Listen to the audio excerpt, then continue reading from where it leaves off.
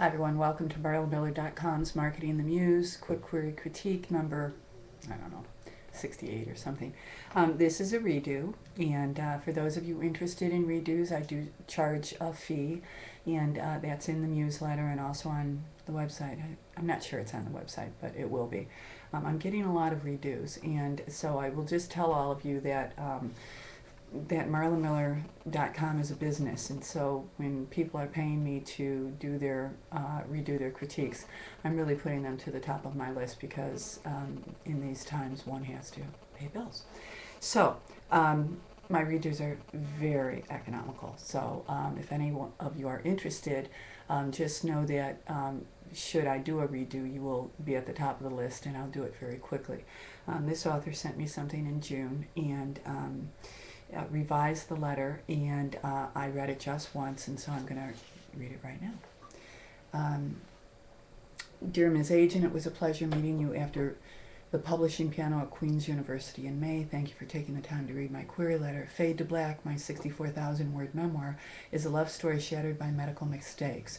100,000 people die every year from hospital errors, a fact I didn't think I needed to know on my 9th wedding anniversary. Unfortunately, my screenwriter husband and I were spending that special day at a hospital where he was about to have minor surgery.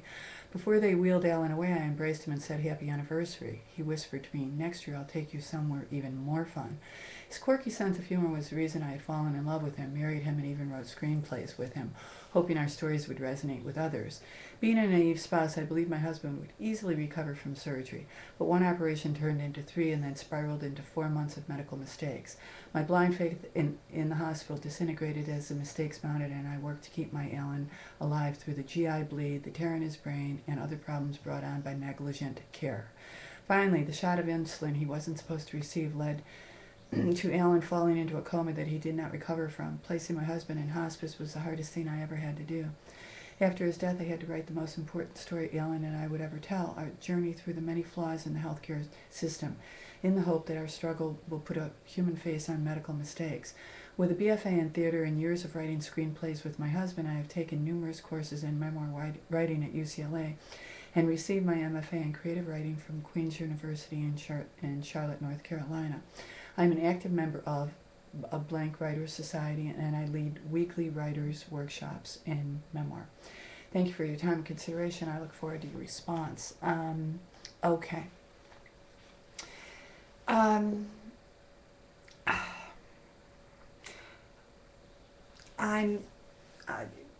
I don't know that I'm going to be any, frankly, more helpful now than I was then.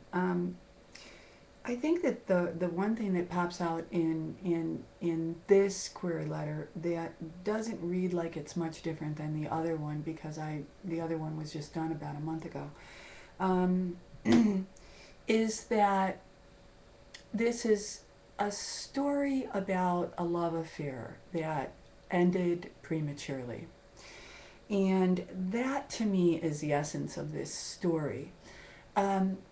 If this author were going to weave in information about medical malpractice that is done on a daily basis throughout this country, and really for the most part goes unaccounted for because of the way the system is, but I don't want to get too political, then I don't see that portion of the story really fleshed out here. So I'm going to go with this writer wanting to write a story that really is in memory of the man that she loved dearly, who died too soon. And so here's what I'm wondering. She mentioned that he was a screenwriter and that the two of them wrote screenplays together. And so and that they had this kind of charming relationship that had a lot of laughter laced through it. And so I'm wondering why she has done a memoir instead of a screenplay. So that's really, when I read this query letter, the visualization of a screenplay just kind of popped for me. I just saw it. So I wonder why she's not doing a screenplay. And if she's doing a memoir, I suppose it could be a memoir about, I think he had 3 different procedures done and one bad thing happening after the next. then I guess that could fill up a memoir, size story. Um, so I would encourage her to pitch this because she's a good writer. If the memoir is done, then I would pitch it to agents who look for memoirs that are heartbreaking. Um, I can't think of any off the top of my head, but for some reason I'm thinking St. Martin's might be an interesting publisher for this. And they oftentimes don't even require an agent. If you wanted to do some investigating of St. Martin's Press, you might be able to slip this query letter through over the transom there without even having an agent introduce you. So I would look at St. Martin's, and I'd also look at agents who, uh, you know, have repped memoirs of stories that are catastrophic in nature, which I think that this one is. Um, but if this author is wanting to shed some light on medical malpractice, uh, I don't think she did it any more in this query letter than she did in the other one, other than saying 100,000 people yearly are victims of medical malpractice. And or victims of medical error. I actually think it's more than that. But I guess that I would keep this really tightly focused on the love story that was ended prematurely, and encourage her to pitch it as is. The query letter reads fine.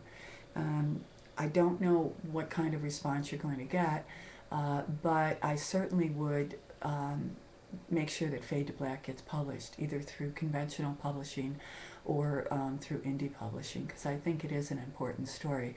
Just don't dilute it too much by trying to make it into something that it isn't, which is a story that will illuminate medical error, because that would be a challenge, and I don't know that this author really wants to do that, or I think I would have read more about that in this query letter.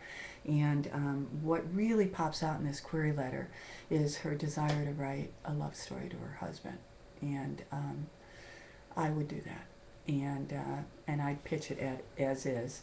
I hope this is helpful to the author. Until the next time, be well. Keep writing, guys.